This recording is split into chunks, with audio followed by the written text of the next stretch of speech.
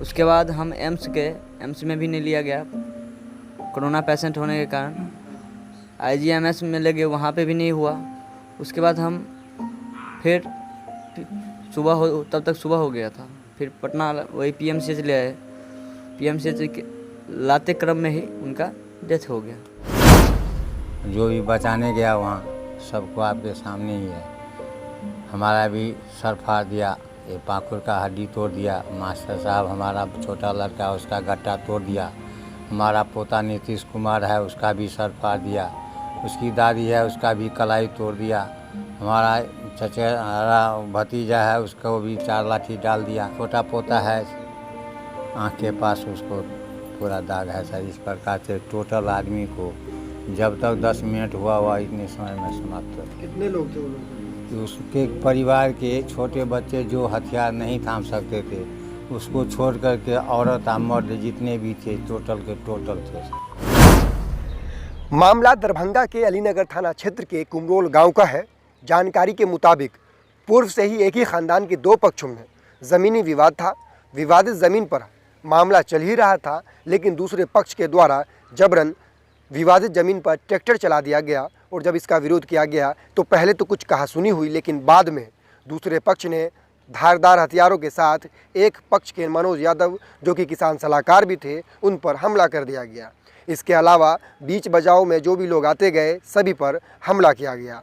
इस हमले में किसान सलाहकार मनोज यादव गंभीर रूप से जख्मी हो गए, जबकि इनके पिता एक्स आर्मी पवन यादव, भाई सरकारी शिक्षक अजय यादव व बेटा, पत्नी व अन्य कई लोगों का हाथ पैर टूट गया तो किसी का सर भी फूट गया। फिलहाल परिवार के सभी लोग सुरक्षित हैं, लेकिन परिवार का बड़ा बेटा किसान सलाहकार मनोज यादव 4 दिनों के ज़िंदगी मौत के संघर्ष में जंग हार गए। इस तरह के खूनी संघर्ष का प्रभाव यकीनन क्षेत्र पर भी पड़ा है और लोगों में चर्चा का विषय बना हुआ है। हमारे इस हाथ पे जो है ना, कम से कम ऐसे मुंगरी था, उससे 7-8 बार मारा, जिसके बाद फ्रैक्चर हो गया। तभी तक हम देखे कि हमारे भाई साहब को यानी देखे गिरा हुआ है, वहाँ हम ऐसे घूमे कि हम इस पर लगातार प्रहार किया। हम इस पर सब आदमी को बोले कि कम से कम आदमी पहले बचाओ, उसके बाद तो जो बात होगा सो होगा ही।